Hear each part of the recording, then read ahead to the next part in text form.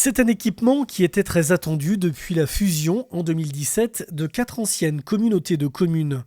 Il y a quelques jours, les élus communautaires de Sud-Vendée Littoral ont inauguré le nouveau centre technique intercommunal implanté dans la zone d'activité Sébastopol à Luçon. Le CTI a l'avantage de regrouper en un seul et même site les équipes techniques réparties auparavant à Saint-Hermine, Luçon et Saint-Michel-en-Lerme. Un projet structurant qui permet de moderniser et d'optimiser les services techniques intercommunaux qui rayonnent sur 42 communes. Alors vous avez une cinquantaine d'agents qui sont dorénavant présents ici sur ce site. Vous avez donc tout ce qui concerne le pôle déchets, donc la collecte des déchets ménagers.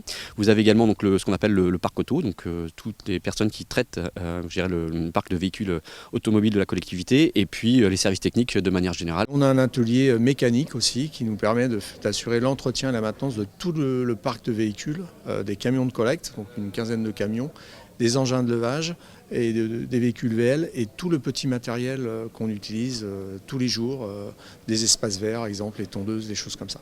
Construit sur l'ancien site de BioHabitat, le centre technique intercommunal dispose de 3340 m² de surface bâtie sur un terrain de 12 800 m² pour un coût d'environ 3,6 millions d'euros TTC, financé à hauteur de 500 000 euros par l'État et 787 000 euros par la région des Pays de la Loire.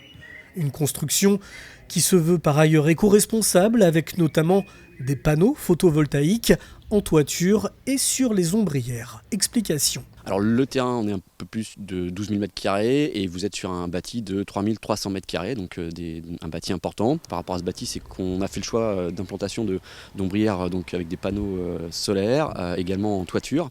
Et on est sur un bâtiment à énergie passive et qui aujourd'hui couvre l'équivalent de la consommation de 180 habitants du territoire en matière d'énergie à l'année. Ce regroupement de ces services au sein d'un équipement unique constitue une avancée majeure tant pour l'organisation interne que pour la qualité de service rendu aux habitants de ce vaste territoire. On se doit, comme toute organisation, de rechercher la performance organisationnelle, je vous l'ai dit, avec des services regroupés, donc plus efficients, une meilleure coordination. Performance écologique, je viens d'en parler, avec un bâtiment à énergie passive.